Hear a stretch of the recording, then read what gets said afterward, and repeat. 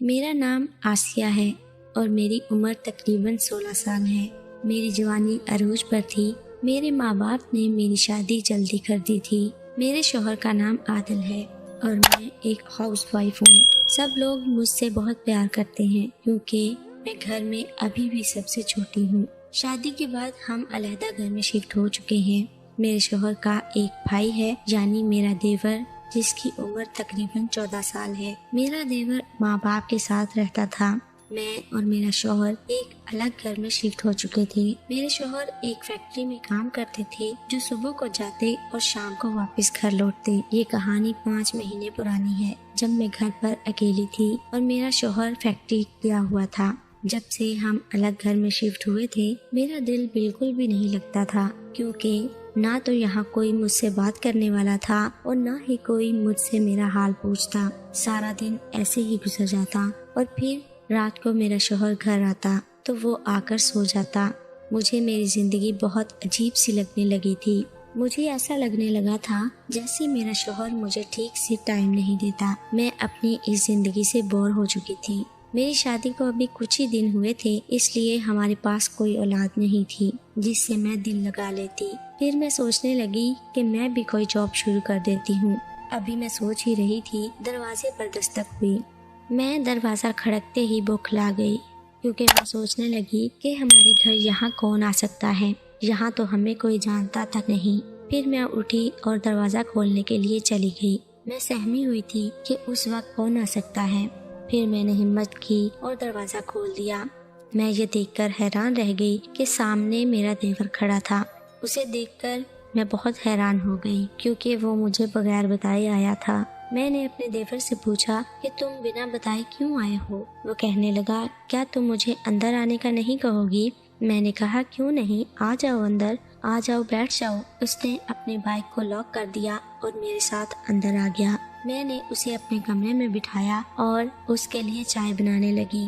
وہ مجھے منع کرنے لگا کہ میں کچھ کھانے پینے نہیں آیا، لیکن میں نے اسے کہا کہ تم مجھے آنے سے پہلے اگر بتا دیتی تو میں تمہاری پسند سے ہی تمہارے لیے کچھ بنا دیتی۔ میں نے کہا، چلو تم یہاں بیٹھو، میں تمہارے بھائی کو کال کرتی ہوں، وہ بھی آ کر تم سے مل لے گا۔ میرا دیور کہنے لگا، نہیں، میں بھائی کو بھی بتا کر نہیں آیا، میں تو صرف آپ سے بات کرنے کے لیے آیا ہوں۔ بھائی سے تو میں پھر کبھی ملوں گا، اور ویسے بھی میں بھائی کو بتائے بغیر یہاں آیا ہوں۔ میں نے کہا، ٹھیک ہے، جیسے تمہاری مرضی۔ میرا دیور 14 سال کا تھا، لیکن وہ دیکھنے میں بہت ہی پیارا لگتا تھا اور بہت ہی زیادہ ہینڈسم بھی تھا۔ وہ مجھے اپنے بھائی سے بھی زیادہ صحت مند لگتا تھا، یعنی میرے شوہر سے بھی زیادہ۔ یہ بات میں اس لیے بتا رہی ہوں کیونکہ میرا شوہر میرے ساتھ ازدواجی تعلقات بھی ٹھیک سے نہیں نبھا پا رہا تھا۔ وہ اس کام میں زیادہ بہتر نہیں تھی۔ اپنی طرف سے تو وہ پوری کوشش کرتے تھے کہ میں اس سے مطمئن ہو سکوں، لیکن میں کبھی بھی رات کو اس سے مطمئن نہیں ہوئی تھی اور یہ بات اندر ہی اندر مجھے مار رہی تھی۔ میرا شوہر اس قابل ہی نہیں کہ میرے ساتھ کچھ کر سکے۔ شاید یہی وجہ تھی کہ میں سکون کے ساتھ زندگی نہیں گزار رہی تھی اور میری زندگی میں ایک سکون نام کی چیز نہیں تھی۔ چائے تیار ہو چکی تھی۔ میں چائے لے کر کمرے میں گئی تو میرا دیور میرے بیڈ پر سویا ہوا تھا۔ میں نے اس سے کہا کہ میں تمہارے لیے چائے بنا کر لے آئی ہوں، چائے پی لو، لیکن اس نے کوئی جواب نہ دیا۔ مجھے لگا شاید وہ سو رہا ہے۔ میں نے اسے ہلایا اور اسے اٹھا دیا۔ وہ نیند میں تھا اور اٹھ کر بیٹھ گیا۔ کہنے لگا، بھابی، مجھے بہت اچھا لگا جب آپ نے مجھے اپنے ہاتھ سے ہلا کر اٹھایا۔ میرا بھی دل چاہتا ہے مجھے بھی کوئی ایسے اٹھانے والی مل جائے۔ مجھے اس کی باتیں سن کر ہنسی آ گئی اور میں نے کہا، وقت آنے دو، تمہیں بھی مل جائے گی۔ وہ کہنے لگا، کیا مطلب وقت آنے دو؟ وقت تو میرا آ چکا ہے۔ میں اس کی ایسی بات سن کر حیران رہ گئی۔ میں نے اسے کہا، ابھی تم چھوٹے ہو، میں تمہیں کیسے سمجھاؤں؟ پھر وہ کہنے لگا کہ بھابی، آپ جو کچھ کہہ رہی ہیں میں سمجھ چکا ہوں۔ اب میں اس قابل ہو چکا ہوں کہ میں سب کچھ سنبھال سکوں۔ اپنے دیور کی یہ بات سن کر میں حیران رہ گئی۔ وہ میری ہر بات کو سمجھ رہا تھا۔ پھر وہ مجھے کہنے لگا کہ اگر آپ کو یقین نہیں آ رہا تو آئیں، میں آپ کو بھی خوش کر دیتا ہوں۔ یہ کہتے ہی اس نے میرا ہاتھ تھام لیا۔ بچی تو میں بھی نہیں تھی، میں سمجھتی تھی کہ یہ مجھ سے کیا مانگ رہا ہے۔ میں نے اپنا دوسرا ہاتھ بھی اس کے ہاتھ میں دے دیا اور کہا، اس بات کے بارے میں کسی کو نہیں پتہ چلنا چاہیے۔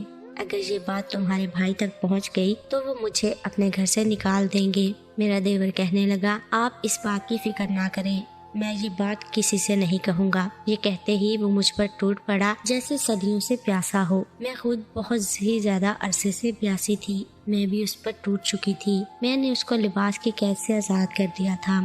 میں نے جب اسے دیکھا تو وہ مجھے یقین نہیں آ رہا تھا یہ اتنا چھوٹا سا بچہ ہے، کیونکہ وہ میرے شوہر سے بھی زیادہ بڑا تھا۔ یہ سب دیکھتے ہی میں بہت خوش ہو گئی تھی، مجھے میرے کام کی چیز مل گئی ہے۔ اب ہم دونوں بہت ہی زیادہ انجوائے کر رہے تھے، مجھے ایسا لگ رہا تھا جیسے میں کسی جنت میں آ گئی ہوں۔